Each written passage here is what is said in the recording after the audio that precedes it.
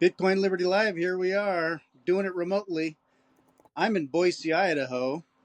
I got it's this is where I grew up, and this weekend is my 30th high school reunion, if that doesn't date me. So it's Holy cow, what? yeah, 30 years since I graduated high school, and boy, things have Wow. changed. Oh, yeah. My graduating Well, class was pretty large. It was like 470 something people or something like that. And so there's a lot of I've got like my group of guys I remember and that we hung out. And there's a lot of people here, old folks that I don't remember. So yeah. it's kind of funny. How many of them are fat? It's a mix. Actually, a lot of them are good shape. Oh, Uh, for real? Strong Idahoans. Those Idaho. Oh, yeah. Out there But no, there's picking potatoes, right? a lot of successful people, a lot of healthy people, a lot of good folks I remember catching up. And yeah, actually, one of them, he's worked at the Ada County Jail here for like 20 something years. Oh, no kidding. And I remember him from high school, and we got to chatting about, hey, what are you doing? What are you doing? And it's like, oh, I work at the Ada County Jail. I'm like, oh, okay, yeah, I've worked at the jail before, and Yeah. he's been there for his whole professional career, pretty much. So, Jesus, really? like, wow, you're surviving. Yeah. Not Getting that it you can done. afford to retirement, but Yeah, I don't know, man. Like that whole career path, I think is just kind of, yeah. well, for me, I mean, it after a year, I started questioning, okay, how long can I sustain this? Yeah. And it was Yeah. after 3 years I was moving and had to get out of the jail. I personally I couldn't work in the jail for years and years. It's hard. I mean, it wears No, on. yeah. So I mean, your whole career's in jail, right? So it's kind of it's brutal, man. I don't know. I'm kind of yeah. surprised at the people that do sort of tolerate it, but you know, man, you got yourself a funky connection there, brother. Is it looking goofy? Yeah, you look like it looks like an old Windows media player video from 1998. Huh. You are super high compression on my side. Well, I'm hoping so. It's keeping up on the upload here, and and it looks good on my end. So I'm hoping it's recording okay. Yeah, I sure, it'll be guess what fine. that I'm operating off cell service right now. So. Oh God, good luck But with that. you've been working on your book. Oh yeah, yeah. Well, I You finished finished part chapter three of the three. book. Pardon? You finished chapter three. Part three, yeah, yeah, yeah. It's like chapter 20 or something by Yeah. then, but yeah, part three is kind of done. But then I went back, like I'm now going back and adding to part one, so that's what I'm working on today. There's just I went back and sort of played through it. I've got that little text to voice thing, the little computer bot that'll read it for me.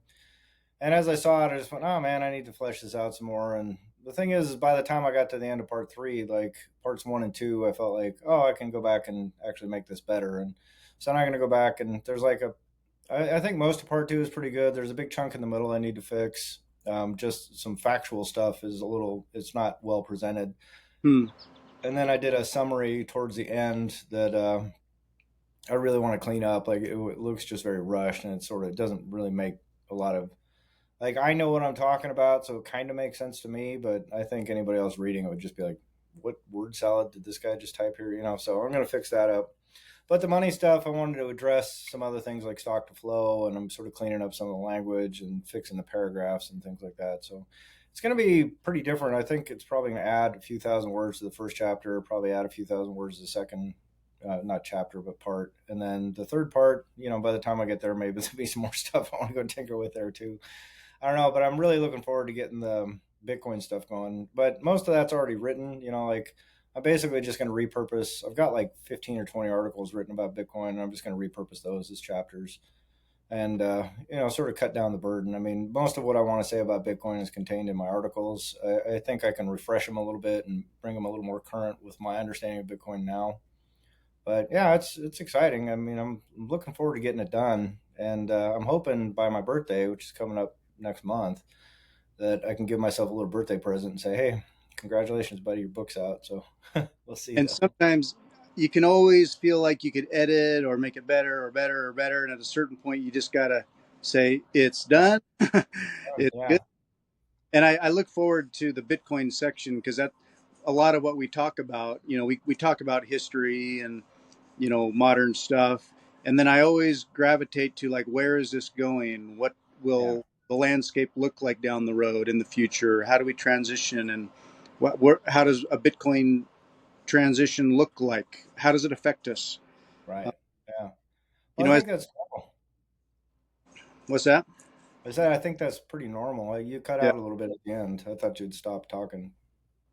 Well, like lately, is the macro economy or these stocks tumble and stuff, or if Bitcoin's moving and growing, it's a hit to the legacy infrastructure on a lot of levels, and um, it plays out roughly in different ways. I mean, if people make moves and transition into a different way of thinking about economics, yeah, old models as they don't work the same, or money moves differently, then stocks may take a hit, investments may take a hit.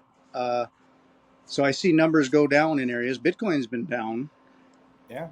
but there's growing pains for sure. So Yeah. I am also curious how this is all going to play out. My sort of base thesis is that, I mean, the thing that Powell's been trying to do, from my perspective, is to crash the stock market and housing markets and things like that. That's, and they say we need to tame inflation. They don't care how much you're paying for your eggs. What they really want to do is see less of that froth in the stocks, stonks mostly, but real estate as well. They just want to collapse that shit and bring it back down so they can pump it back up again. I mean, that's sort of their playbook for the last 20 or 30 years. And they've kind of tied their cart to that donkey, so to speak. I mean, they just don't have any other way to go at this point. And so, as this stuff, my base thesis, which is more guessing than anything else, because everyone else is just guessing. Nobody knows the future. Nobody can predict the future. For all the models and all the quants and all the just people out there that think they've got the world all figured out, they don't, and they never have, and they probably never will, because it's just a big complicated mess, right? And but I mean, we can sort of look at things and kind of go, well, what's a likely outcome, or what's a likely path, and you can just base it on what they've done in the past. And they ran up like a big bubble in 2000, and then they basically printed their way out of it. And then they ran up another big bubble in 2008, and they printed their way out of it. And then they collapsed the economy intentionally in 2020, and then they printed their way out of it. So, this next thing, whatever wheels fall off this cart this time, they're just going to put new inflationary wheels on it, and they're going to, pump asset prices. I mean, like, I remember in 1998 or so, thinking like the Dow Jones just hit like 10,000 or something. And that was insane to me, because the Dow prior to that point had never crossed like 1,500 or 2,000 or something. And it was pretty historically, like, it grew. I mean, all these stocks, real estate, all this stuff just grows at the same rate as the money expansion, right? And so if you look at like how much the stock market boomed in the late 90s, and I remember thinking just how insane it was. It was that those astronomical highs, like Dow crosses 10,000, Dow crosses 12,000. I remember at the time going, "Oh my God, this is insane." And then today it's like cross 30,000. You go, "Oh my God, what have we done here?" So yeah, I mean, the thing I keep saying, I'm going to say my base case, and I never say it, but my base case is that they're going to watch this thing fall off the edge of a cliff, and then they're going to try and inflate their way out of it. But asset holders are going to benefit tremendously from that, in terms of keeping their purchasing power, at least in some semblance of order. And that is especially true for Bitcoin holders, because of that sort of fixed issuance. I think there can be substantially more upward pressure on that particular asset versus other assets like real estate, or stuff they can print out of thin air, basically. Real estate, they can't print it out of thin air; they have to go build it. But it's not, they can build. It's not. There's nothing stopping them from building, especially when debt conditions are favorable. So that's kind of what I'm looking at. yeah, I keep hearing speculation about the money printers running again to push things up again, and just where that money will just get boosting assets generally, just because there's liquidity there. But again, I mean, I don't know what the big game is, but you feel like a collapse would be intentional, and the bubbles and pops kind of views. Well, I don't think like the 2020 collapse was intentional because they shut down the economy. I mean, so you can say was it like a planned, like secret cabals of lizard people are trying to reshape the world economy. I mean, that's one way to look at it. Another way is just to say the flat facts, like they intentionally shut down the entire global economy for a period of months or weeks, or in some cases, like in California, for years. And so the intent that I'm speaking about is the intent to do the thing they did, which is shut down the economy. But you can't do that. Like you just can't tinker with, it's like shutting down a nuclear reactor by just pulling the plug. You just go that's going to end up in a terrible, terrible, terrible way. There's a process you need to do to wind something like this down, and that's not it. And so if you're talking about the entire global economy and all the amount of like everything that's flowing through it, it's literally like it's like stopping your heart just to save you from an infection. Like it just the system is going to break down. Even if you can get the heart started again and then you pump a bunch of extra blood into it, it doesn't make you any healthier. It means you've screwed up the works. Your heart's never going to be the same again, just like the global economy is never going to be the same again. They never, never, never, never should have done that. And Yeah. the secret lizard people will say it was intentional. I say it was done. I think it was just done through incompetence and stupidity, but we'll never know. I mean, the secret lizard people are never going to be revealed, just like the incompetence and stupidity will never be revealed. So, given the choice in my Hanlon's razor equation, I'm always going to default to them. Well, it's probably just a bunch of dipshits, and these people are clearly not smart in the way they're handling world affairs. So, uh, I don't know, man, but Yeah. if the stock market collapsing, when they raise interest rates like that, they know that that's the intended effect. They go, oh, the stock market's too hot. Basically, we need to bring that down. What they failed to account for was all that COVID stimulus and the amount of everything that dislodged. Like now there's structural inflation going on that just has to happen. Like they have to print money to keep the government going, right? And Right. that's what Lynn Alden is always talking about with fiscal dominance. Goes she's saying, and I agree 100%. Like once you cross a certain threshold, it doesn't matter what policy you have because you have to print, right? And if your debt to GDP is like 30 or 40%, you don't necessarily have to print your way through government spending. But if your debt to GDP is 130%, you have to print just to pay your interest expense. And if you continue spending deficit spending on top of the fact that a substantial portion of your printing is going to pay the interest, like it becomes a vicious circle, and it's nearly impossible to escape without like serious, serious, serious austerity. So they're going to just keep kicking that can because there's zero politicians that are going to come out and try and get elected on a we all need to get real hungry and suffer for the next decade to get the ship right. Like no one will agree to that. They'll set the place on fire just to let people keep having their illusions rather than you know do the right thing and maybe pull us back out the brink. Yeah, and as the numbers get so huge and quickening pace to some of this stuff, I don't know how you sustain it. I mean, I know you can just add zeros to big numbers, but man, when does a final kind of reconciliation have to hit? Like really now, when if the national debt hits 35 trillion and gains 100 billion in 2 days, and at that pace, you're adding a trillion steadily Right. all the time. How do you really kick that can? The can is too big. Yeah, way too big. I mean, I can see them printing money and doing another round of all the froth, but I don't see how you really keep doing that until it really hits home and we all feel it.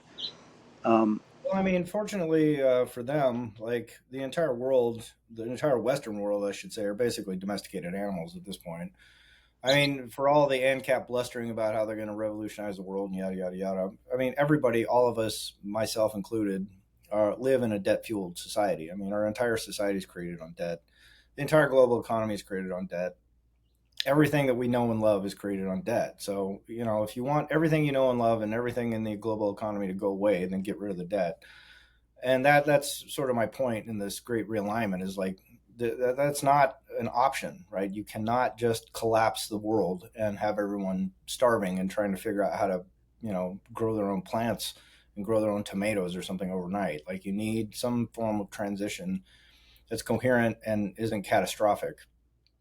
Or could And you wait until say Trump's in office and pull the rug on him and blame and redirect the blame on politics, say? well, that I mean that presumes that these people have some sort of coherent way to marshal any of this stuff.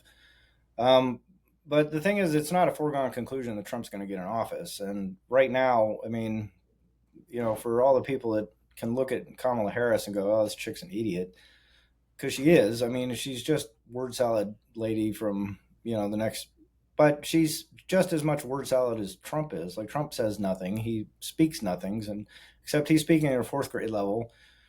Kamala Harris is spitting out word salad that is at the 10th grade level. So she's appealing to a very different segment of the otherwise buffoon population that we have kind of comprising the United States of America. For the 56% of people that don't understand what either one of them are saying in America, the Kamala Harris version sounds smarter, right? And she's young, and just go watch Trump play golf. He's got a video out where he's playing golf with Bryson DeChambeau, and you just watch him walk around, watch him swing that club, and listen to him talk, and you go, "Oh yeah, he's an old fart too." Like he is, he puts on a pretty good show when he's on camera, but when it's just him walking around, he's an old fuddy duddy, right? I Yeah. mean, he's grandpa.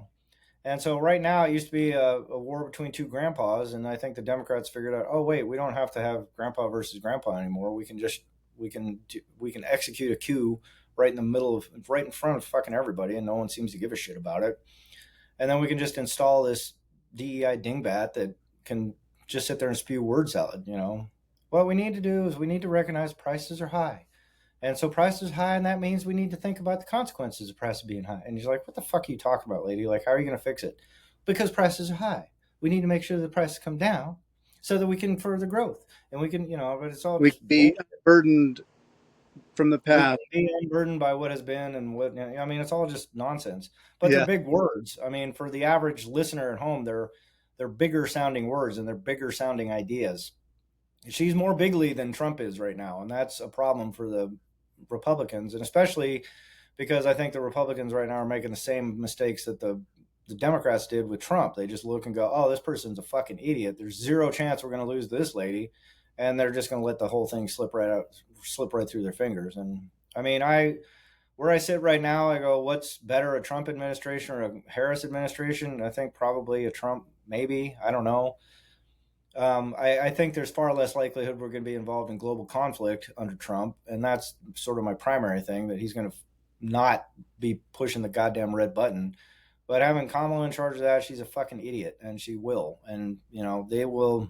I mean, the neocons are going to drive that bus right off the edge of the cliff, bluffing their way all the way to nuclear Armageddon because they just Yeah. don't think. Perpetual war. I can see that.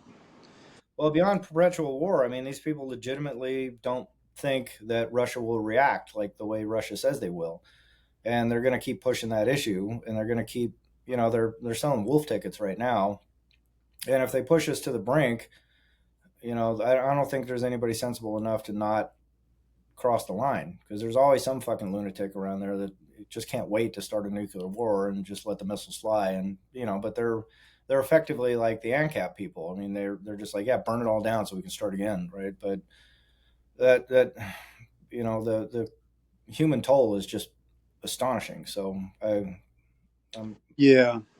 I don't know. Well, and as part of watching the big game, it's easy to look at it through the lens of the politics and the left versus the right and what side will win and all that. And at one level, like, you could have anyone as president or whatever. That doesn't mean they have much leverage over really the Federal Reserve or the banks or the printing or the money situation we're in.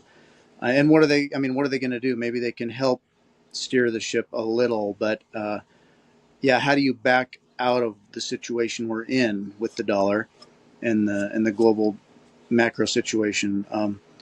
Part of me, I get resigned to be like it doesn't matter, um, and and then at the same time, it's not that I don't care. When I talk about some of the stuff with family, like, well, shortly after the Bitcoin conference, I had an uncle reach out to me who has done very well over the years in the stock market, and with say with Tesla or Nvidia and other things he's held for many years. And so after the Bitcoin conference, he messaged me, I think genuinely curious about, are you still into Bitcoin? Like, what do you think about this or that? And he was kind of crypto FUD. And I honestly answered him at kind of step one of, my view on things and gave him some info. And he's a smart guy. And I like Saylor's speech and some article that I'd written, just kind of like, introductory type stuff. And it's been crickets for the past week. And so I think it's kind of like it's either he feels that I'm too far gone, like, oh my God, you've gone nuts, or he's really processing because it's a big gap to bridge. And then even like this morning, talking with family and actually other friends I met at the high school reunion, where they get it about inflation.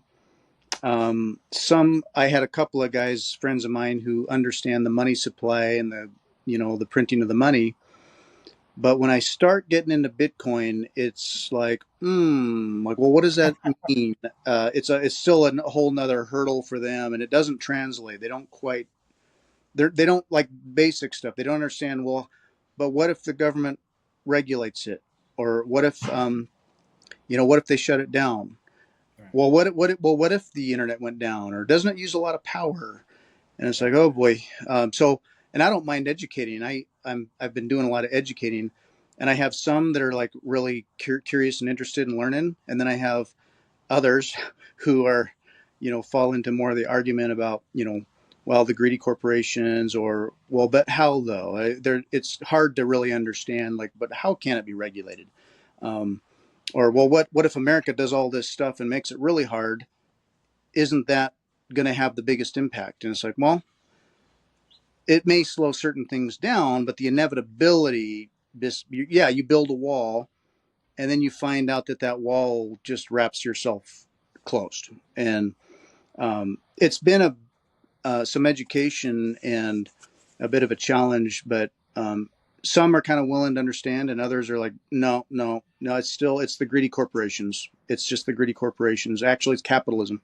And I get, I just I can only sell so much. I can't call it orange pilling, but it's discussion. It's interesting discussion, but I find myself realizing when you've been in it for a while, you start to take certain understandings for granted. And then when you're talking to others, you forget kind of how locked in people are in what has always worked, they think. Yeah. It's really weird.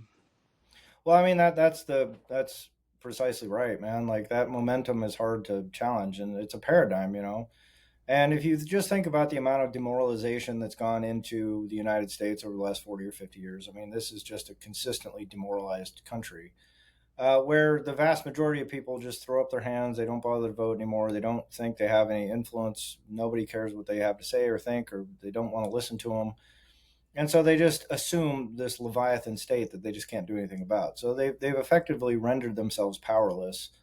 Um, and the part of that I think is because of the amount of the disbursement and the decentralization of information. Like there's just no singular coherent narrative that people can latch onto, because you got the Bitcoin people howling from one side, and you got the Keynesians howling from another side, and you got the people in power that are howling continually and making their message very, very clear. And it's a very consistent and very calming message by design, right? They have to say and do things that are trying to calm markets, which is why they keep tinkering with the statistics and they keep making it look like things are better than they are. And so when it comes time to go talk to somebody, well, that was one of those articles I wrote a long time ago. Like the easiest way I found is when people go, "Oh yeah, well, what about this? What about that?" Anything they say, you just go, "I totally understand why you think that." I mean, like agree with them. Go, "Yeah, I used to think the same thing," and it's totally normal for people to think that way. And like people, the Bitcoiners get pissed and they go, "Ah, these people are fucking morons," or I'm sick of talking to these people." And you go, "You can't."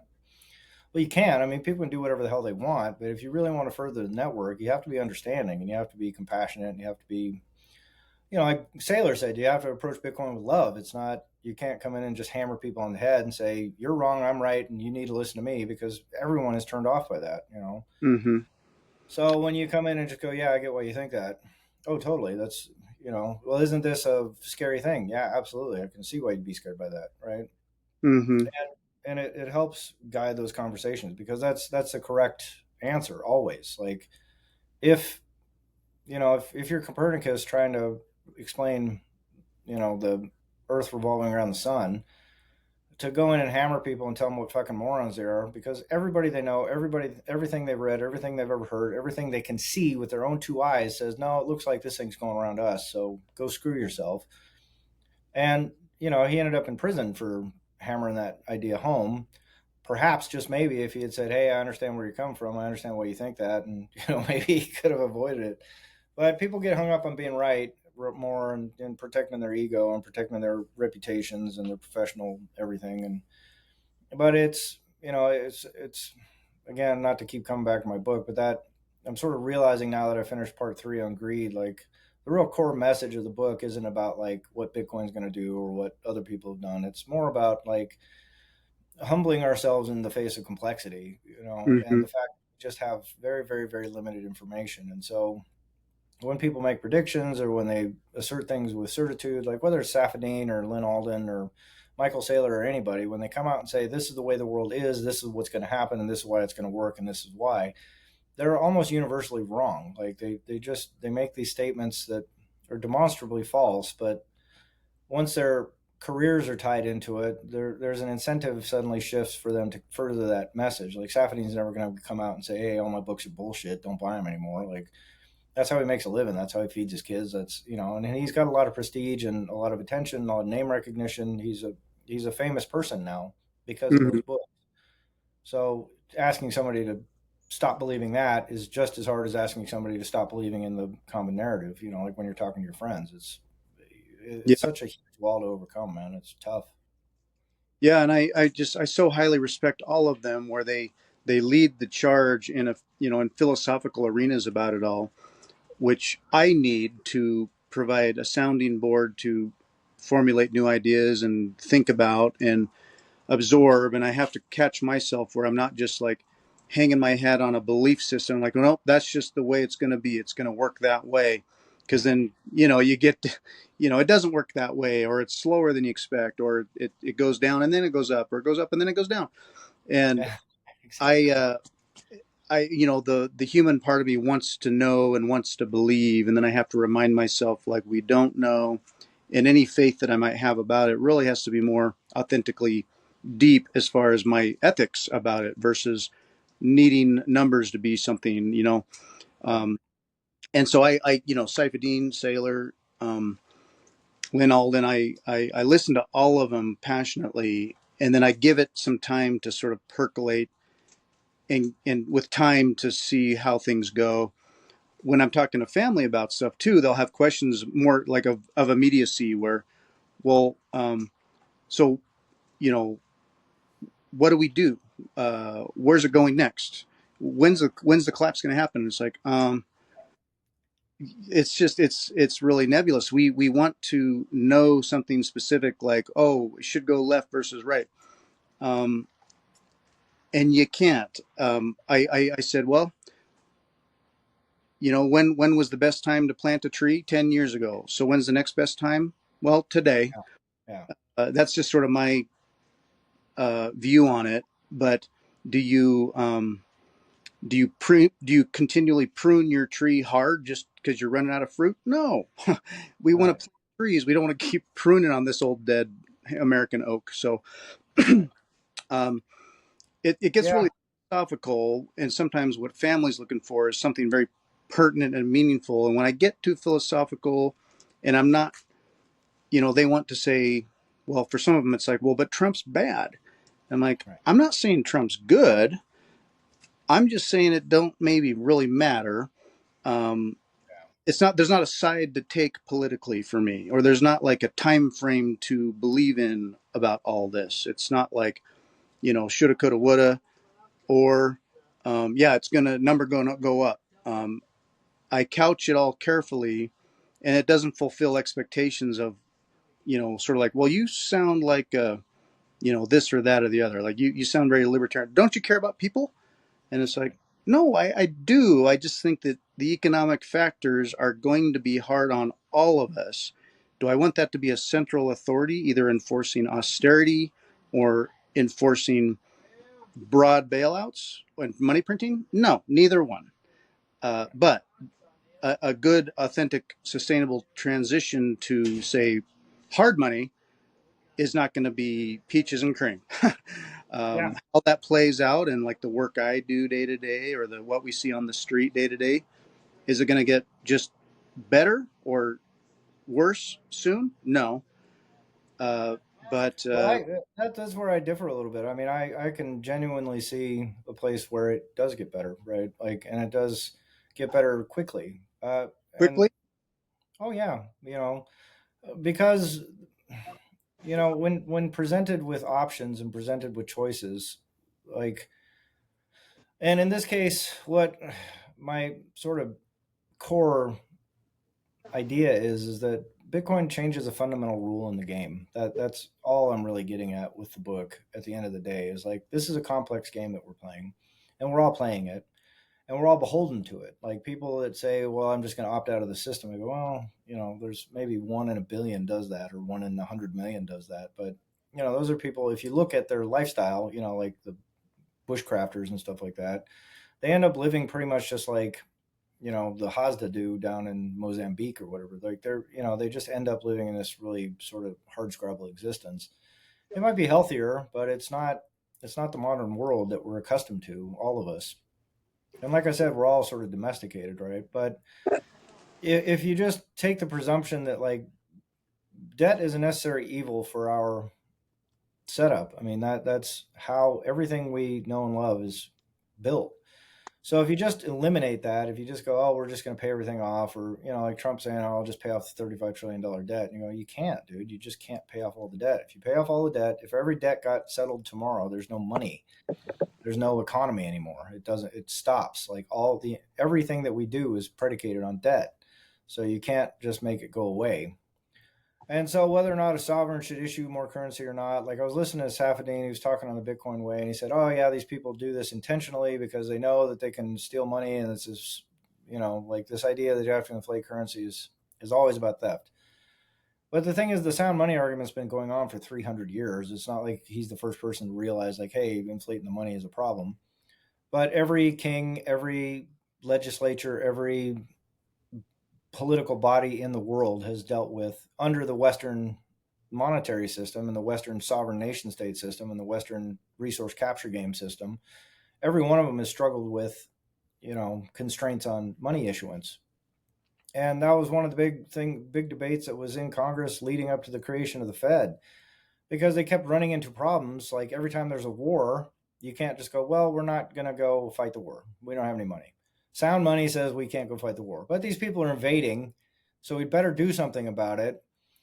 And so they expand the money. They have to, because it's just as a practical matter. If you've got people flooding over your borders armed and burning your cities, and you just go, well, sound money says we can't do anything about that. We're broke, so I guess we'll just let them flood in, invade the country, and lose everything.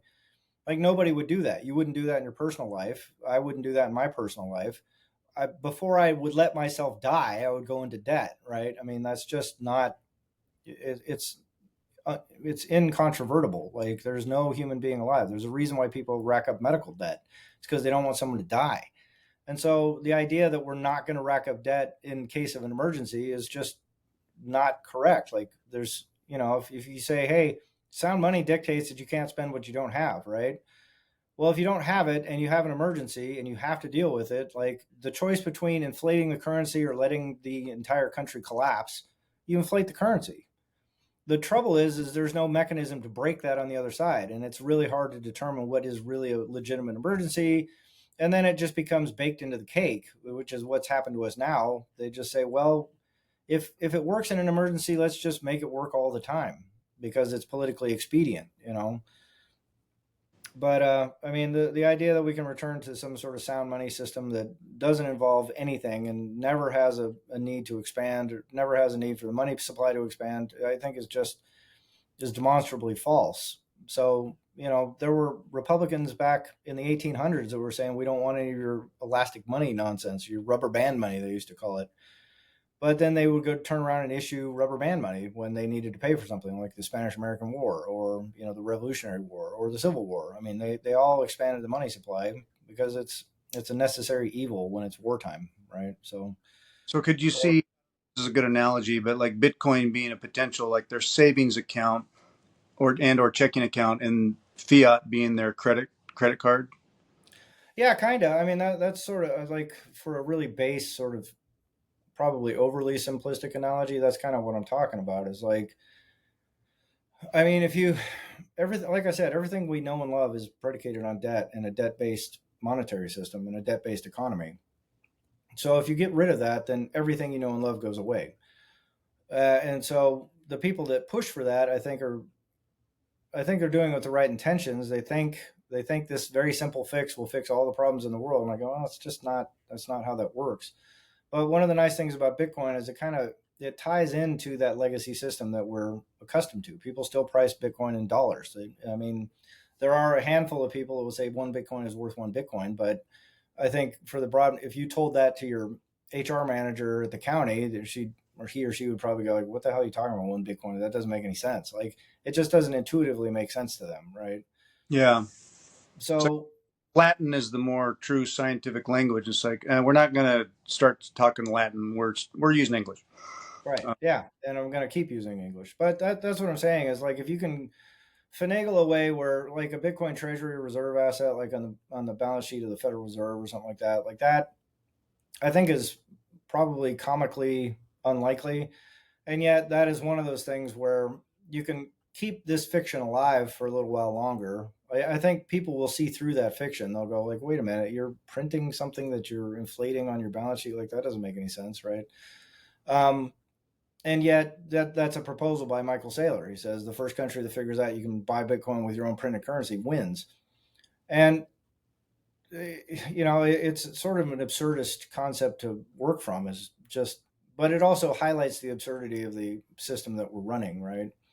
So if you can have that sort of stable base layer thing that enables these countries to sort of gradually, ramp down what they're doing and start re-incentivizing things like if you have something you can save in that doesn't involve substantial risk like real estate or stocks or anything like that, then it realigns those incentives and how people operate their businesses, how they operate their families, how they operate their lives, and it can theoretically re-incentivize how the government operates. But it starts to disincentivize, the flagrant abuses of debt, and it starts to incentivize more coherent uses of debt, right? Like all of the progress we made as a human species over the last 100 years is fueled by debt and oil. And so the people that want to get rid of debt and oil are trying to wind back the clock to 1875. And nobody alive right now knows how to live in 1875, or very few people alive can exist in that world because they're too domesticated to exist in that world now. So when I say I think it can happen quickly, I think if there can become a large enough of an awareness that like, hey, we need this debt-based system to survive, and we can't let it keep going the way it's been, and there is now a new rule in place that says, hey, there is a thing that you cannot inflate, you cannot manipulate, you can't tinker with, and that is starting to form a base layer, or is starting to form a base pricing mechanism, or is starting to, people can start to make the calculations a little bit easier. And once they start seeing those calculations on paper, and then more and more people kind of go, oh, that's probably a better idea to save in that rather than just squandering my money on Nikes or whatever. But it's going to change jobs. It's going to change the way people work. It's going to change the way people produce. It's going to change the way things get distributed. But I think it can happen quickly because it incentivizes those things to become more efficient, less wasteful, et cetera, et cetera. I had That, this. I had sorry. this imagining, and that makes sense to me. Yeah, I can just see. I was talking to my family about just the concept of time preference, and time as an economic principle in terms of human work, and the idea that people would want to save their money versus just sort of have stuff, and money being a tool for them in more ways than just quick exchange. And then the thought went through my head about, I imagined nation states starting to glom onto Bitcoin, and maybe to be more of the desperate nations who have struggled with money and inflation for a long, long time, and they start making moves into Bitcoin and say start to benefit from that, and something clicks for them, and they start printing like mad to like trade what they can at a diminishing value, trading whatever fiat and markets they can for Bitcoin and effectively ruin their fiat, but then make a hard switch over to, well, we got Bitcoin. Yeah. Uh, but so Well, I mean, they're already doing that, right? Like Turkey is already doing that. Argentina's already doing that. So, like, look they're at buying Bitcoin Bitcoin. price. Well, they're not buying Bitcoin, but I mean, look at their monetary units. Like the people that are buying Bitcoin in those currencies are benefiting from the government's squandering of their fiat resources, right? So if the government picks up on that and goes, "Oh, wait a minute, while we're squandering, we should probably be building too," that's and that's that sort of realignment thing I'm talking about. Like more and more of their citizenry start adopting that, and they see their wealth increase, and they're better able to contribute to society. Then the government might come around and go, "Oh, wait a minute, well, we have another option here." But these isolated currencies, these siloed currencies, they're all measured against a benchmark, which is the U.S. dollar or the euro, and potentially pretty soon you're a BRICS currency or something like that. So those are the three that it really matters how they're inflating. The rest of them kind of doesn't. It's a localized problem for them. Yeah, I imagine this, arms race, Bitcoin arms race, where countries are, you know, they have low faith in their own fiat and they just print to buy Bitcoin, um, and destroy their currency, but get their holdings, and Well, then that's make what I'm getting at is they couldn't feasibly print, like Argentina can't print enough dollars to buy Bitcoin with it, right? Because sooner or later the Bitcoin marketplace is just going to price them into the moon. So the amount that they would have to print to try and put that on their balance sheet would be astronomical because every time they printed, the price, their local price would go through the roof, and they can't go buy dollars with those printed Argentinian pesos or whatever because the price to exchange for dollars is going to go through the roof. right. So they don't have a mechanism really where they could, they might get one little shot, like they might get one crack at that egg, so to speak. But after that, it's their currency would be effectively nullified anyway. Like I said, the only two that really matter are U.S. dollars and euros, and then beyond that, if they launch a BRICS currency, but everybody else is trying to inflate their way through a problem like against the U.S. dollar is going to lose. So the U.S. is the only one that could feasibly get away with that, and they're going to get hammer fucked if they try it as well. So that's why I think it's important that we hang on to the 250,000 Bitcoin we stole already and start stacking from there. But the U.S. has a lot of runway in terms of being able to export inflation, but people are getting wise to it now. So Yeah, who's buying that? um, yeah, well, nobody. I mean, it's going to be yeah, pretty soon. The Federal Reserve is going to be the buyer of last resort, and that's going to include treasuries, right? So, yeah. Saifedean wrote a good article about,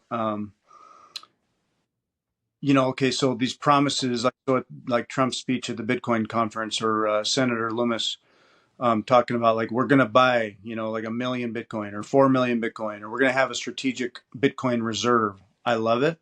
And then Saifedean was saying, well, but how do you do that other than through the Federal Reserve, who's issuing the currency and sort of tolerating that, and also do that in a way where it doesn't crazily affect the price or start a race. And can you get the numbers? It gets more, well, like you said, you start buying. Uh, your currency could lose its leverage on Bitcoin, and yeah. Well, I mean, like Lynn Alden pointed out, like the U.S. dollar isn't going to go anywhere. Like people that think it's just going to collapse tomorrow haven't really thought about that problem too hard. So, um, the likelihood of some sort of catastrophic collapse like that, like these people, for lack of a better term, they're at least self-aware enough to know that they don't want to just blow up everything, right? And like the US is going to keep printing. Like I'm pretty sure everyone in the world understands that right now. The eurozone is going to keep printing, and I'm pretty sure everyone in the world understands that right now. China's going to keep printing. Everywhere that's playing this game has to print. And the way they did things in 2020, they guaranteed it. It's like it's print forever until it goes bust. So if you're in a print forever economy, the one thing you need is an asset that's going to appreciate with the printing, right? And Bitcoin is the only asset that can do that realistically because Bitcoin can absorb unlimited amounts of inflation. Like real estate cannot because people need those buildings sooner or later. Food cannot because people need to eat, and water cannot because people need to drink, and you know roads cannot absorb all that inflation, and there's nothing that can absorb that inflation without damaging somebody else. Bitcoin is the only asset on planet Earth that can absorb the inflation that they need to create to keep this stupid game going. And then, once we can sort of cross that threshold, then potentially we get to a place where everyone kind of gets their ship righted. Like if you're an asset holder right now, you're doing great. Like they are not suffering. People that own multiple rental houses and have stock portfolios, even if that stuff goes down 50%, they're still doing great compared to the guy that works at McDonald's. So if you can give the guy at McDonald's an asset to hold that's going to appreciate at the rate of inflation or better, which Bitcoin I think is the only asset on the planet that can do that, then you end up with a very different economy. You can keep the illusion going for a little while longer. You can keep having bullshit jobs where people stand around the water cooler and send emails all day and think that's productive, and and you can keep this illusion alive for a little while longer. But while you're keeping the illusion alive, you're helping bring up the bottom half of the population that can't afford assets. And then you start creating new opportunities for everyone else to start stacking stuff. So that's kind of what I'm getting at. But, like Safadine saying, well, how's this going to happen? It's like, well, it can happen because they're the Federal Reserve. They're not, it's not the Bank of Argentina. It's not the Bank of Chile. It's the Bank of the United States of America. And that underpins the entire global economy. Regardless of how many people are dumping our treasuries, that's still the glue that holds this whole works together. And absent, a collapse of that system and just this really tribalistic mess. But everyone's interconnected already. Like nobody wants to shut down their exports. Nobody wants to shut down their imports. Nobody wants to shut down anything because then the population gets pissed at them, not at the U.S. because they did inflationary policy measures, right? Yeah. Do you think the government would go into the direction of a strategic Bitcoin reserve? I mean, do they have? It's easy to say at a speech, but do you think they could actually do it? Well, I think it's a comically low probability, but it's still possible. Like you never know. And I think the bigger thing that you're going to start to see is like more and more people adopting it as a treasury reserve, and then sooner or later it won't make any sense for the bank to not have it as a treasury reserve. Is sort of how I hope it might play out. But like I said, just as an appreciating asset, an inflation appreciating asset, Bitcoin is the most pristine asset to absorb inflation. So the more and more people that adopt it as a savings technology, the more it's going to help lift their boats in terms of keeping their debt to income ratio alive and keeping their purchasing power alive over an extended period of time, more than 5 years or 10 years or 15 years or 20 years. And I think that's going to become self-evident, especially on this next round of printing that they have to do. Sooner or later, it's coming. Like they just can't avoid it. There's no way they're going to get around it.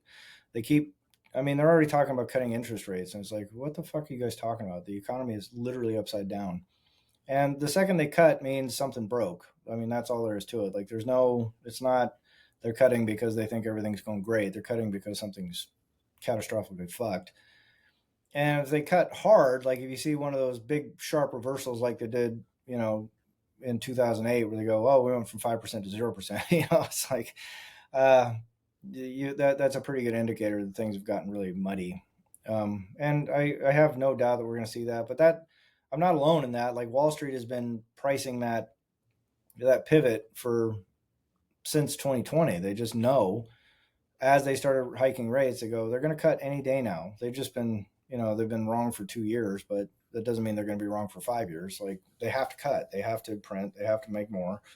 That's the only way this game gets played. There's no other way to keep the game pieces on the board. So But when you they don't. print, that's when the asset holders are going to really go through the roof. But you don't see that money printing creating any kind of like a collapse or anything. It would be more of just a steady transition into better money for people. No, I see it being a catastrophic problem for people. But the more and more people that hold Bitcoin, the less and less that they're going to mitigate that impact significantly, right? And that's what I'm talking about, realigning that incentive structure, because there's now a sound rule in the bottom of this thing that says no matter what they print, you have something that cannot be printed. And that's the only thing like that on planet Earth right now. There's no other decentralized, stable asset that can be utilized. There is no other decentralized sovereign property right that can be enjoyed by individuals, corporations, nations, doesn't matter. It's egalitarian, zero trust access property. And it's the one that seems to be winning right now in terms of, decentralized property. So with that one change, it fundamentally changes everything else, because as they print, like if you're in Argentina right now and you're getting printed into death, a lot of those people are looking to stable coins because they're still a US dollar. They feel like they can preserve purchasing power with, despite, I mean, they're getting diluted at 7 to 10% a year versus 100% a year or whatever they're getting debased by in Argentina. But I think, especially when Americans start feeling, because we're the ones that have the furthest to fall, and we're the ones that are going to be most likely to want to hang on to our purchasing power. And we're the ones that are most capable of adopting this right now. We're the most widely adopted Bitcoin country in the world, as far as I know. So I think all that lines up in favor of Bitcoin, but as what the Americans do, the rest of the world starts doing as well. They're going to look and go, hey, wait a minute. America's getting a lot better because a lot more people hold Bitcoin. And once it gets baked into the cake, so to speak, once everybody is saving, once everybody's boats are rising from holding this asset, then the impact of those inflationary forces gets reduced. I mean, they're still going to, your prices are still going to be going up. You're still going to be seeing things, but your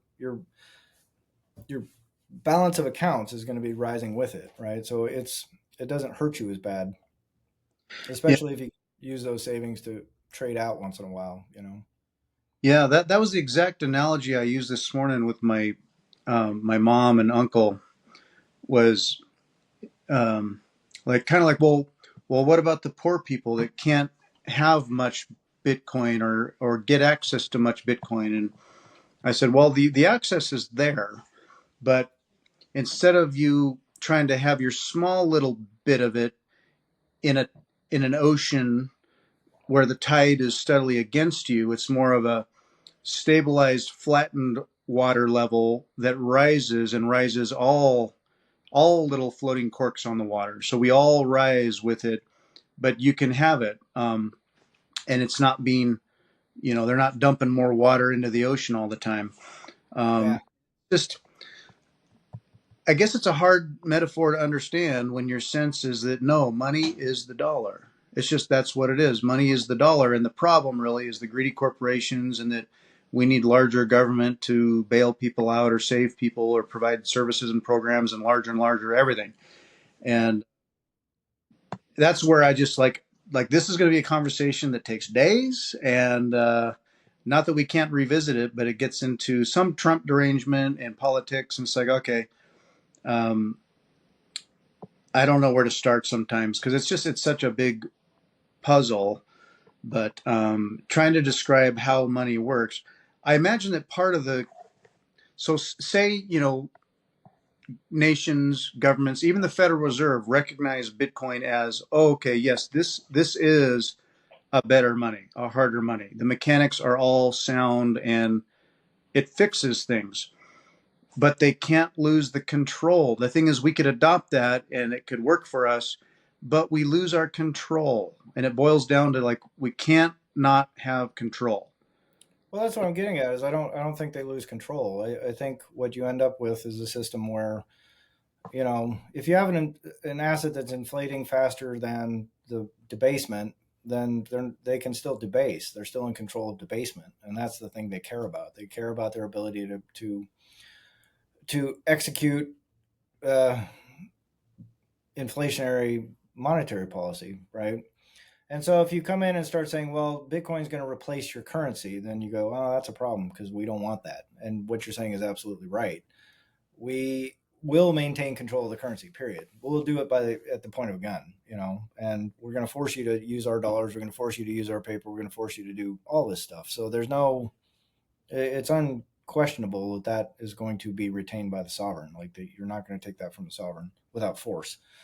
But if you have it as a reserve asset, and like to the poor people thing, like, yeah, there are people that cannot afford to buy Bitcoin right now. My bigger thing is like if you listen to Jeff Booth, and he repeats this repeatedly, he says, the cost of production goes to its nominal production cost, right? Or the cost of goods goes to the nominal production cost. Over time with technology, it brings all goods down to the cost of production. The thing that they can't bring it down to the cost of production is because they need to make a profit, right? They need to ensure that that they are keeping up with debasement. So they have to set a profit point that is higher than debasement always. If you make it so they can route profits into a hard asset, then they don't have to price as high. So their prices can come down so they can be more competitive. And their profits can then route into an asset that's appreciating faster than the rate of debasement. So if Motorola holds Bitcoin on their balance sheet, they don't have to price their radios as high or their whatever other electronics they're selling as high because they can start pricing closer to the cost of production because that's going to be a huge competitive advantage for them. More people will buy their stuff. So they can have lower margins, but all those margins can get routed into something that's going to inflate faster than they're being debased. And that's where it starts changing things for Joe Average, John Q Public, Jane Q Public, because the price of their stuff comes down. Dollar denominated prices come down for them. So they're still inflating. They're still, monkeying around with debt and things like that. But instead of continually inflating prices for food and things like that, rather than shunting, like for a corporation to shunt that inflationary pressure off to their consumers is going to kill everybody. If they can shunt that inflationary pressure off to their balance sheet because Bitcoin's on it, then it doesn't have to hurt everybody. So everybody benefits, even if the federal government is still printing like crazy, and only by having major corporations putting it on their balance sheet, because that they have another mechanism to absorb the inflationary pressure that is not continually rising prices, continually cutting costs, and continually debasing their workforce. Does that make sense? Yeah, and I think when I'm orange pilling or talking about Bitcoin with people, it's easy to get kind of in a rabbit hole trap of the medium of exchange argument, where it's like, well, if people get Bitcoin, people are doing Bitcoin for their little transactions day to day, and how does that work? How does it make sense?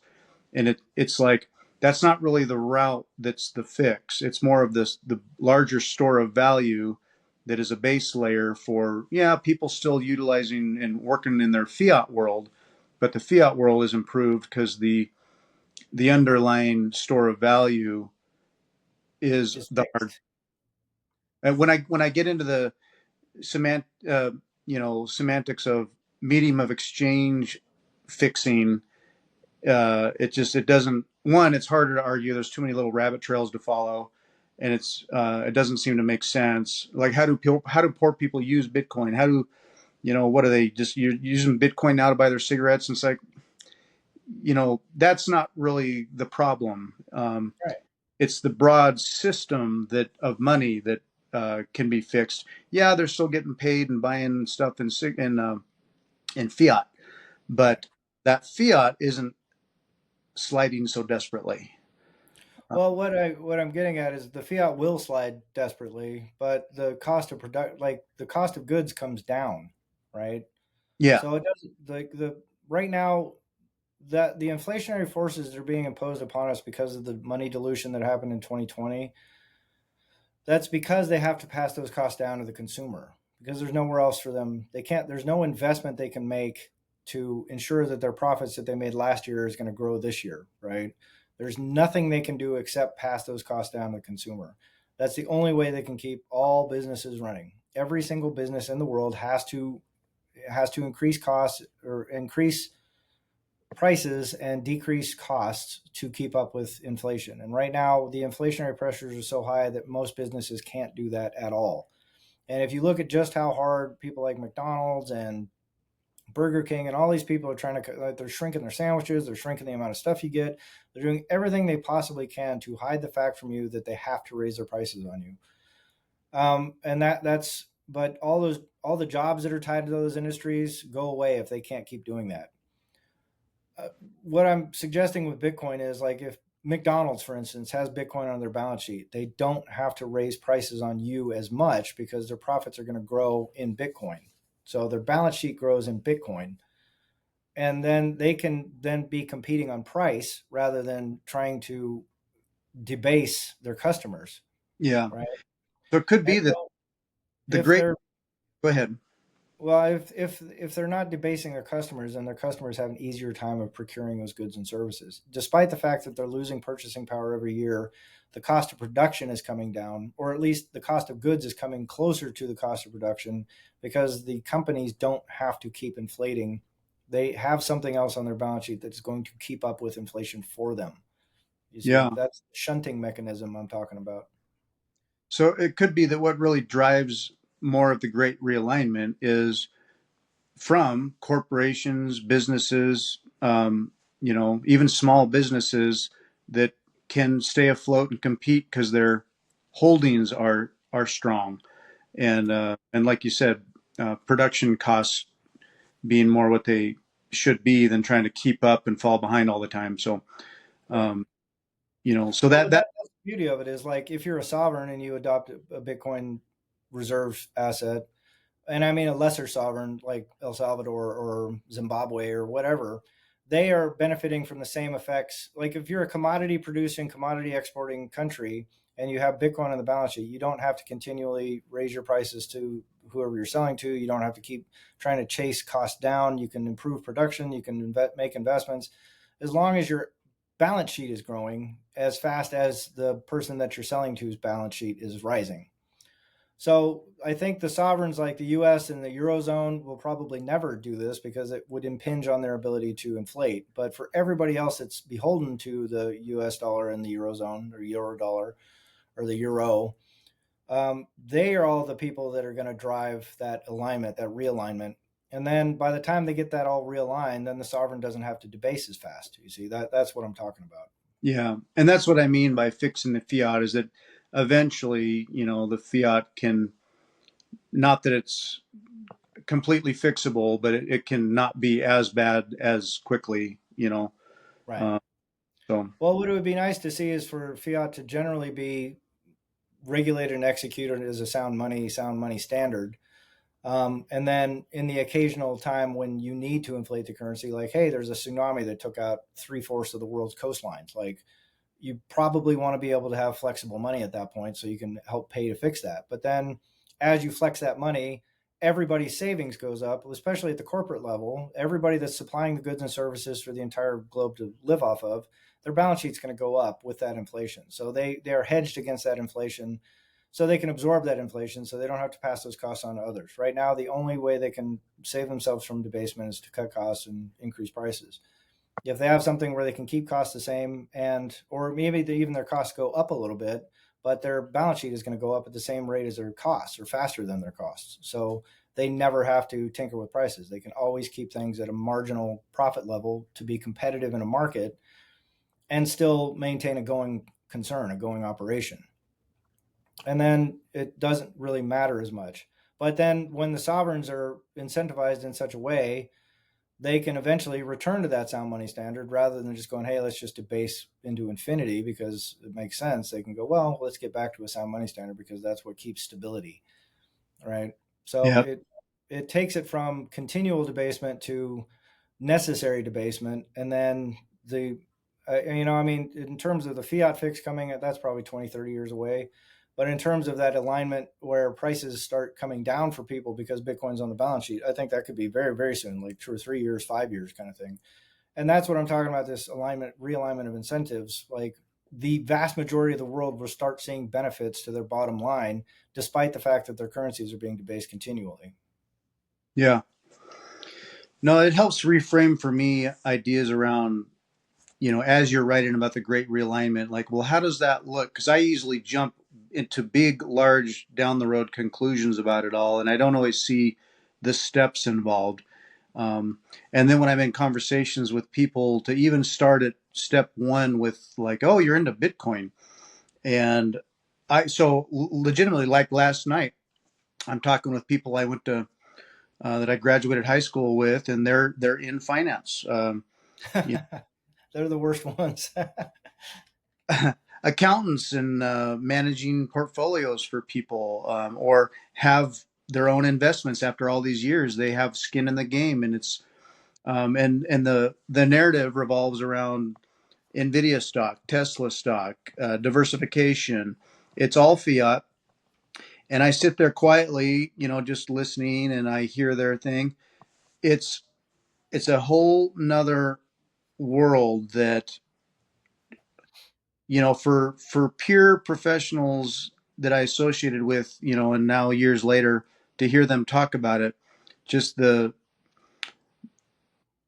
aquarium we're all swimming in of this Kool-Aid is, Bitcoin is not in their mind frame at all. And for me Right. to, it's definitely like, oh, you know, that's weird, to use a meme. Yeah. Um, and I say, no, seriously. And I start talking about it, and they can relate to inflation, but they don't get Bitcoin. They just really don't. And it starts with the very beginning of questions about, like, well, but isn't the government regulating that, or trying to regulate that, or they could shut it down? It's like, oh, um, I mean, not really. I mean, yeah, the government can pass regulations, and meanwhile, Bitcoin remains. But Right. uh, it's hard for me to know where to start without making arguments, or going down conversation paths that are just isolating to me and don't matter to them. So Right. Well, I I mean, well, go ahead. Sorry. yeah, I just know I let a lot go, and if it plants a seed, or they heard that somebody was into Bitcoin once, maybe that's something. But otherwise, it's not like I can't reconcile it with most people. Yeah. Well, the thing is, most people don't matter, right? Like, you don't matter, I don't matter. All of us little wage bunnies don't matter in the grand scheme of things. The finance manager guys, Wall Street bros, all those guys are largely irrelevant to the game that's getting played, right? The people they work for matter. And like, the county that we work for matters. The state government matters. The huge mega corporations matter. They're the ones that are making decisions on a scale that affect people broadly, right? So if those are the carriers, but I mean, if you strip the population down to the people that matter, and I mean institutions that matter, county governments, state governments, municipal governments, depending on size, things like that. Those are the people. But how many municipal, state, and county governments and major corporations are there? There's 500 in the S&P 500. There's 2,000 in the Russell Index. Those are 2,000 decisions that affect hundreds of millions of people. And there are 50 state capitals and 50 state governments, and there's probably 10 times that in county governments, maybe 50 times that in county governments, and then probably 100 or 1,000 times that in municipal governments that matter. So when you talk about the 8 billion people on the planet, of that, there's 2 or 5,000 companies that matter, and probably just in the United States, another 10,000 entities that matter. So there's 15,000 entities that matter that are going to make decisions for the other 8 billion people on the planet. And then you add in like Europe, Eastern Europe, all the governments of all the world, and all the municipalities of all the world, and all the, depending on how their internal finance. I mean, you're talking less than a million entities that matter, that make, decisions that are going to matter and affect the rest of us, right? So for that little tiny fraction of us that are now able to see, hey, I can get in on the same thing that all these decision makers are going to get into pretty quick here, because it's going to be a matter of their survival. They're not going to have a choice, because their populations will revolt, their customers will revolt, these things will break down, their systems that keep them in power and make them the decision makers for the rest of the world will break down if they don't adopt Bitcoin. So that incentive for these 1.5 million, 2 million, 10 million entities around the world that matter to decisions about the world are going to be incentivized to hold Bitcoin. It doesn't matter what your baboon neighbor thinks. It doesn't matter what the fucking dickhead HR manager thinks. It doesn't matter what the accounting guy at, some ding dong fucking auto parts store what they think is irrelevant. What they hold on their balance sheet is irrelevant. Those of us that do hold it on the balance sheet, we are going to be in the same league as the other, 10 or 15 million people that matter. We will become people that matter at that point, but to ourselves, because we're still not going to have any major ability to influence policy, or how prices get set, or how taxes get levied, or any of that kind of shit. So when you have a plurality of those important entities buying Bitcoin, that's when everything changes for everybody else. Like, not, doesn't matter how many plebs come along. It doesn't matter if people are widely trading their fucking Bitcoin for coffees. None of that shit matters. Like, they're all irrelevant to the scheme. It's all irrelevant to the game. They're not even players on the board. The players on the board are the city, county, state governments, the federal governments, the nation state governments, and the major corporations. Those are the people that are making the decisions that are going to matter. And if those people have, if more than half of them have Bitcoin on their balance sheet, then they fix things for everybody else just by having it, because then they can keep playing the game.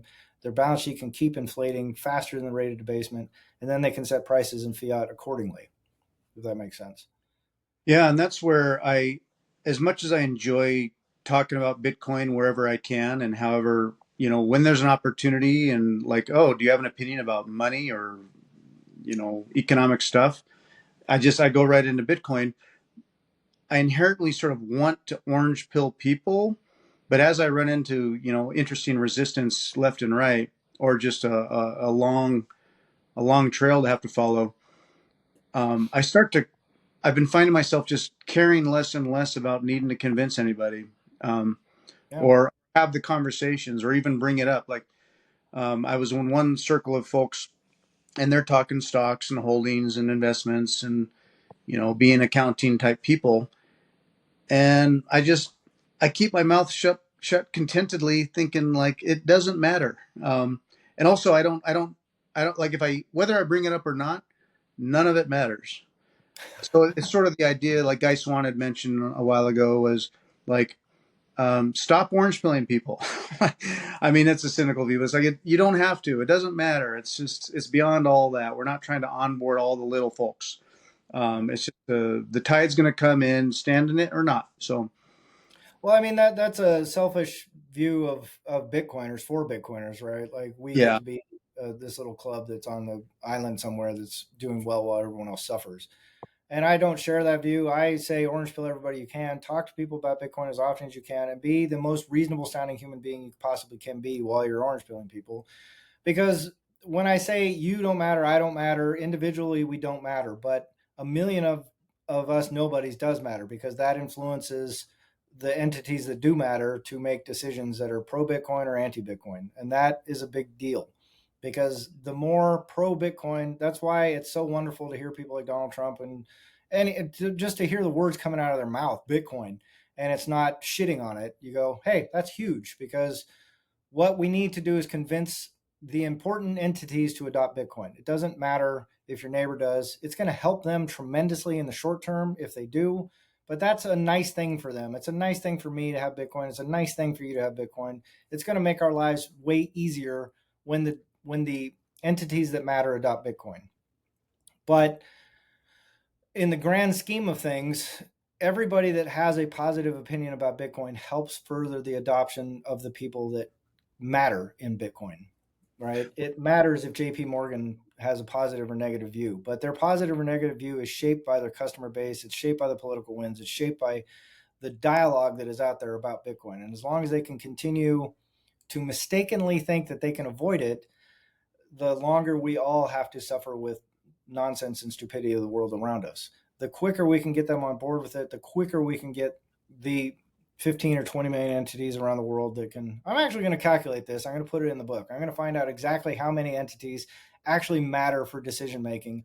And that's the number of people that need to adopt Bitcoin on their balance sheets. But at the peak of all those is a human being that makes a decision. There's someone that says, yes, we will add that, or no, we will not. Those people matter. And we need to convince those people. The easiest, but they are potatoes. Those people are fucking morons. They don't know anything other than whatever public opinion says, and will it maintain my position of authority where I found myself. So if we can convince the county commissioners and the governors and the CEOs and the CTOs and the CFOs and all those people to get on board with it, they're going to be the ones that drive this thing forward. They're going to be the ones that allow Jeff Booth's vision to come true, where prices decline to the nominal cost of production. And when prices can decline to the nominal cost of production, then everybody benefits across the board. Universally, everybody's life gets substantially better, whether they have Bitcoin or not, whether they even know what Bitcoin is, how to even turn on a computer. It doesn't matter because they're going to be able to go down, work at their little fucking gas station job or whatever it is. They're going to get to keep driving on roads. They're going to get to keep having air conditioning. They're going to get to keep playing fucking Xbox and stuffing Hot Pockets in their face. And their life will get better because it won't be as expensive for them to live. And that's the thing that will save our system, I think. Yeah, I think that's a good approach to take with people. And what I've run into myself is like I'll get questions about Bitcoin, and I start talking about Bitcoin, and then the ad hominem attack about it is like diving into, but Trump this and Trump that, and like I'm like, why do you keep bringing up Trump? I didn't even mention Trump, but it's But he fucking said it, dude. Like, yeah. and so basically it's like uh the a view on Bitcoin from an old paradigm of like, well, if Trump mentioned it and you're talking about Bitcoin, but Trump this and Trump that, it's like I don't care what Trump said. I mean, so I'm glad he's talking about Bitcoin and it's part of the narrative. I'm happy for it, but it's lumping in my introductory explanations about how Bitcoin works with suddenly out of left field, but Trump this that and the other, and it's like that has nothing to do with what I'm talking about with Bitcoin. Yeah. Uh, Well, they're not listening to you, right? yeah, I have I mean, to, I have to bring it back to like I'm talking about basic principles of hard money and how Bitcoin works that way.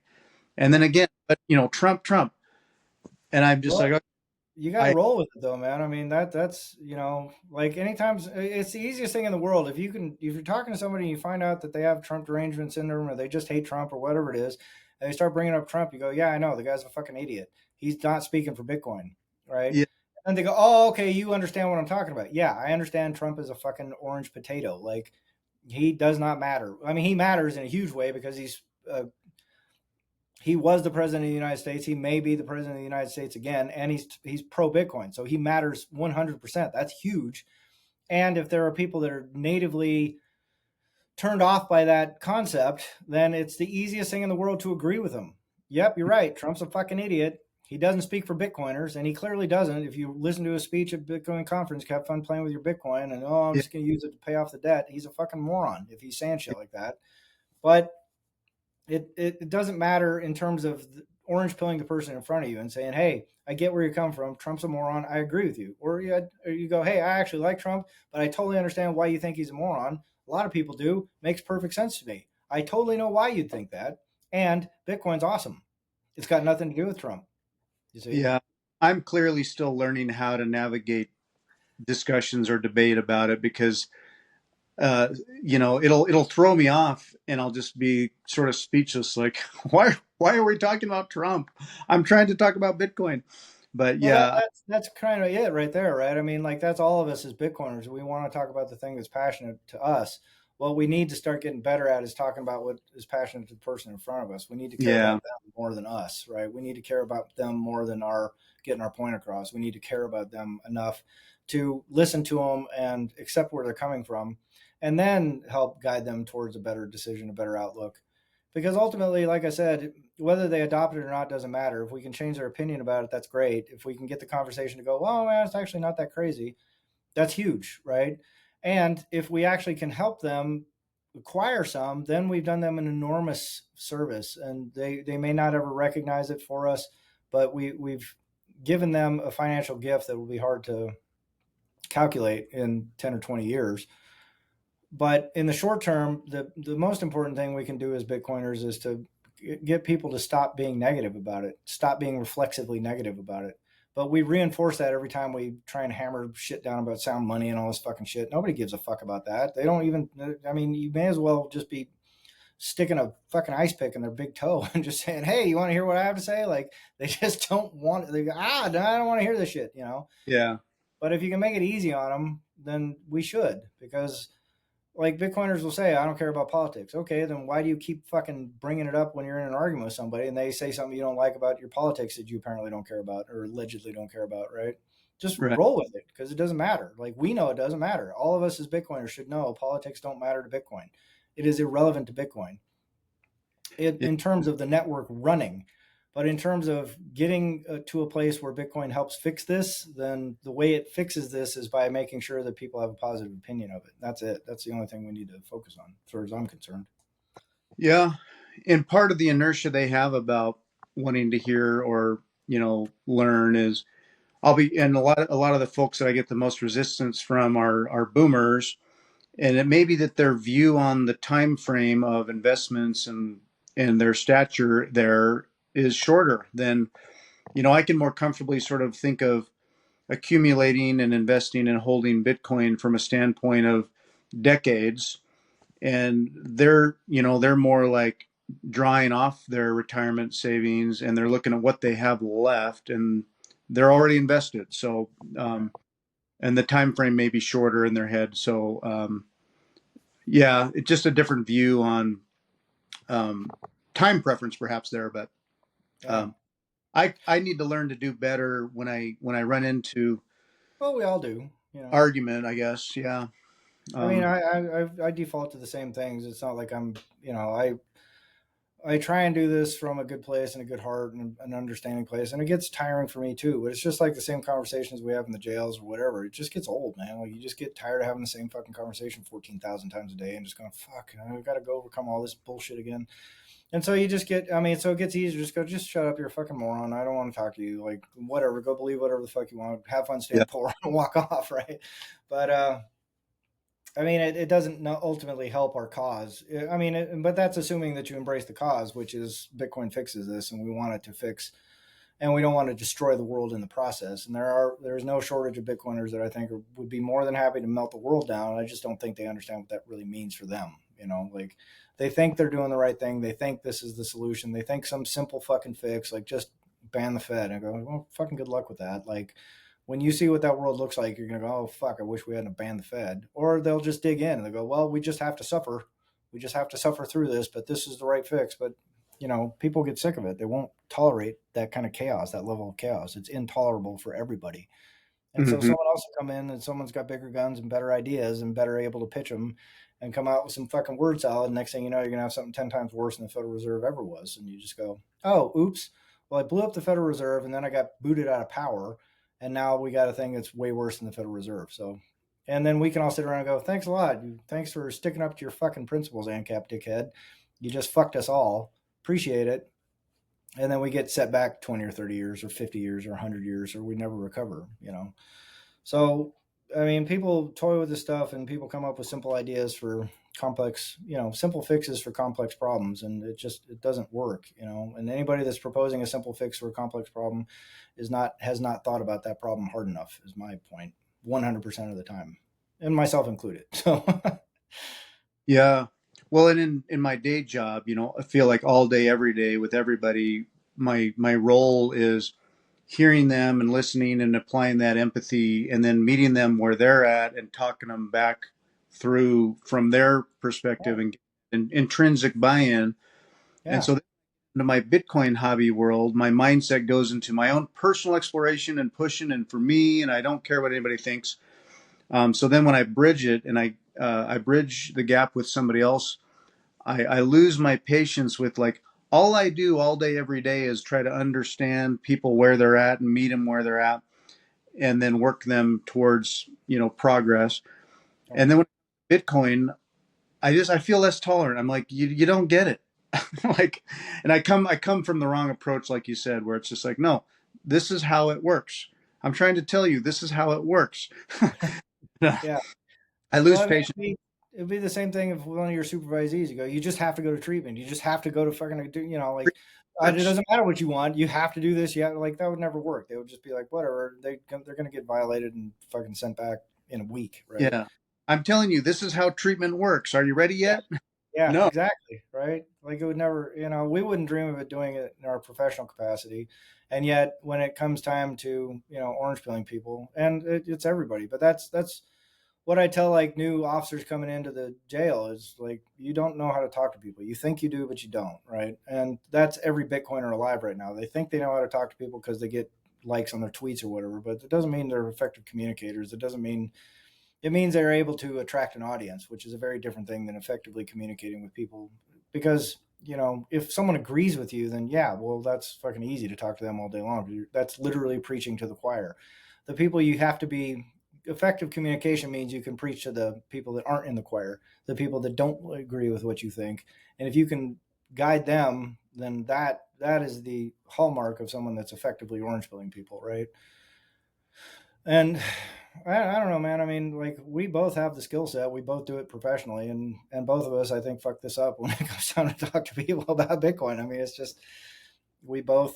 I do it all the time. Like, I get fed up with people, but at work, like I said, I've orange pilled like 7 or 8 people now, and it's from that approach. It's from talking to them the same way that you just described, like having empathy, meeting them where they're at, and helping guide them to a better place. And I have the enthusiasm and the conviction in my ideals and the conviction in this process, um, deep enough that I don't feel insecure about it. Like when it's challenging to, when someone challenges my point of view, because I also recognize I've been thinking about this shit for 40 years. So I don't, there's no part of me that is in doubt about where any of this is going and why and how it all works.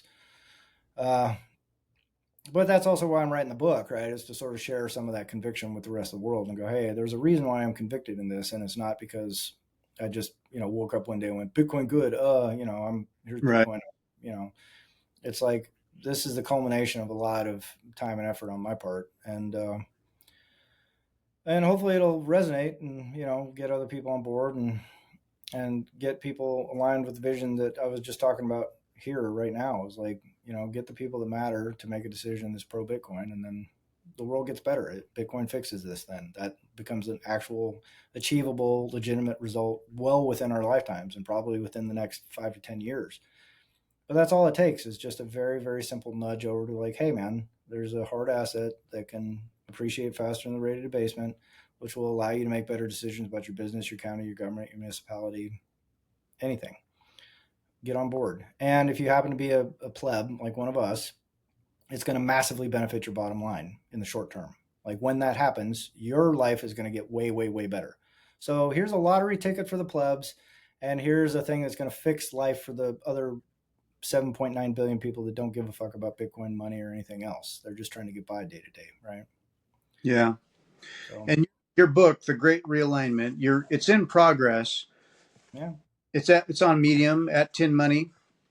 Um, yeah, tinmoney.medium.com. Yeah, so I can two imagine. parts anyway. Yeah. And when you finished your book, as you're having these conversations, part of your conversation can be like, instead of feeling like you gotta hamster wheel argue with people or whatever, you can like refer to, like, I wrote a book on this. I have a book about it, addresses all this stuff, and it can Nice. kind of give you a little room in your discussion about it, that like, okay, there's all this stuff you can read about and learn about. I wrote a book on it, um, and Yeah, grant you some, the energy for the empathy to have the conversation. If they want to get into other stuff, you can say, I wrote a book on this. So yeah, um, if you really want to learn more, I have a book.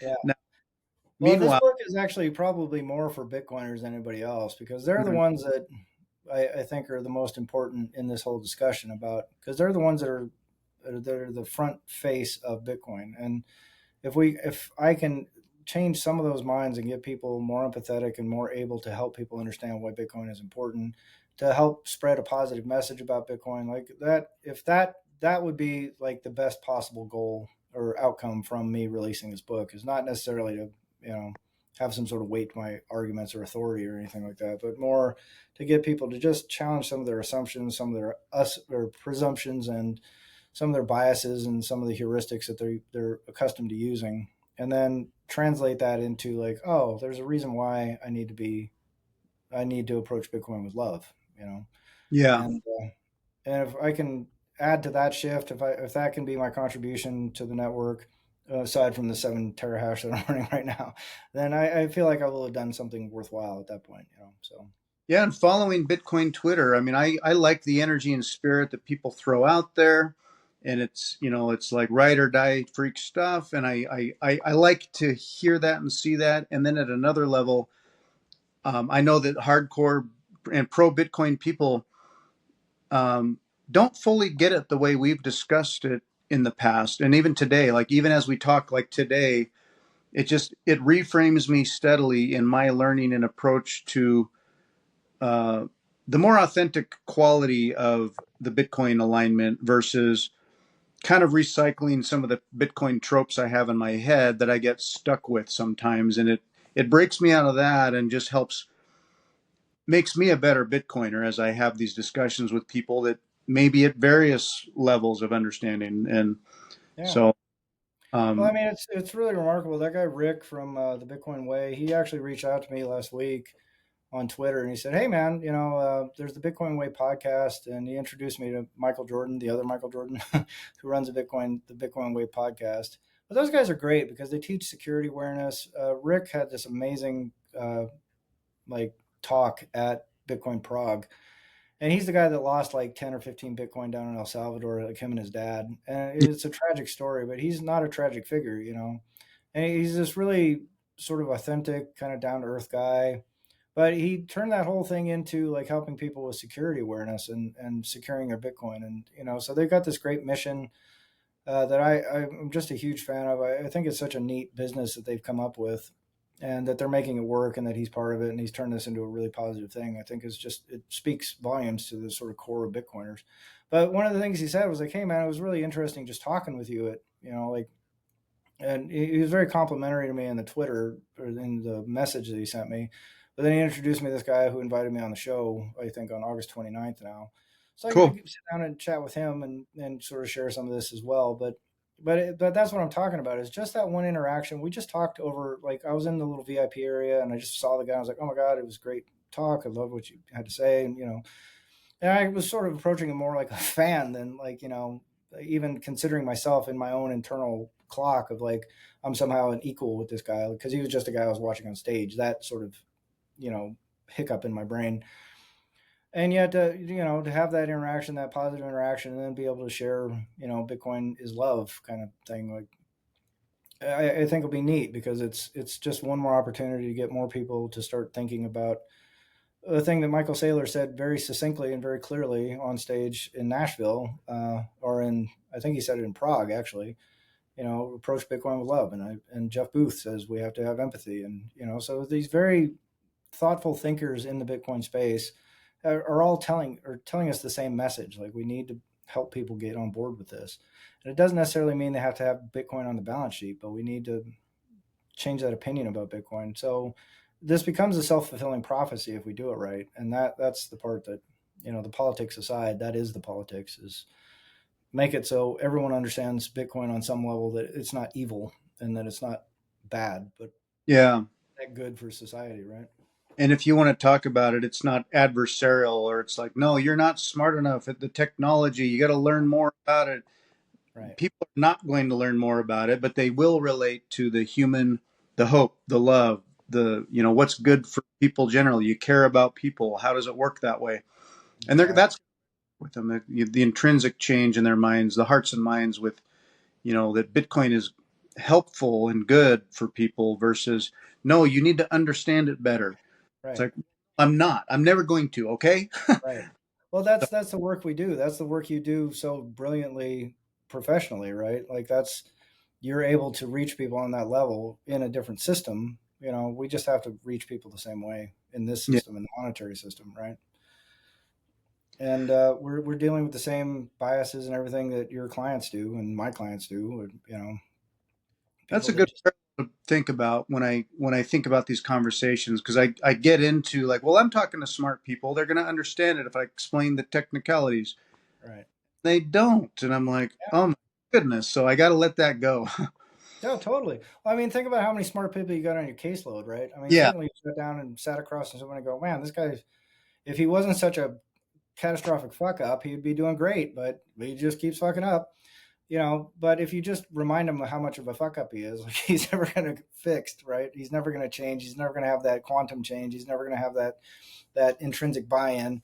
And that's the same thing with the smart people we're talking to about Bitcoin, right? There's that little thing that's broken in here that doesn't quite get where we're coming from and why. And it's disorienting and confusing, and it's understandable why, but it's just like the guy sitting across from you. Like he can explain all the reasons I mean, they are even more self-aware than the people we're talking to about Bitcoin, right? Because they recognize like, oh, I just got out of jail, so clearly something's not working, and yet they're still making those same terrible decisions over and over and over again.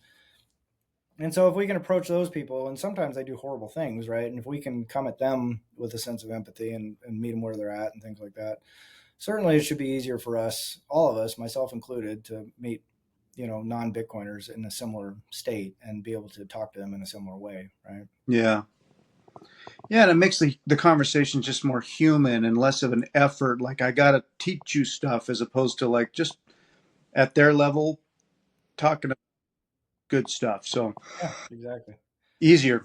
Um, Yeah. Well, hey, well, man, this was awesome, dude. I'm glad you could make some time today. I know you're on the road, so that's a little tough, but yeah, I squeezed it in. I kept moving earlier because my mom was arguing with her boyfriend outside gardening, and I was retreating. And I think the boomers are restless, and then mom's working on dinner and probably wants to talk. So I'm yeah, squeezing, but yeah. Well, I mean, we're keeping the show alive, so yeah. Well, all right, cool. man. Well, next week we'll be in person, I guess, right? So, Yep. Next, do it in person. all We'll right, make it. awesome, man. Well, as always, Fritz, it's good to see you, sir. Safe Yep. journeys. Next time. See you.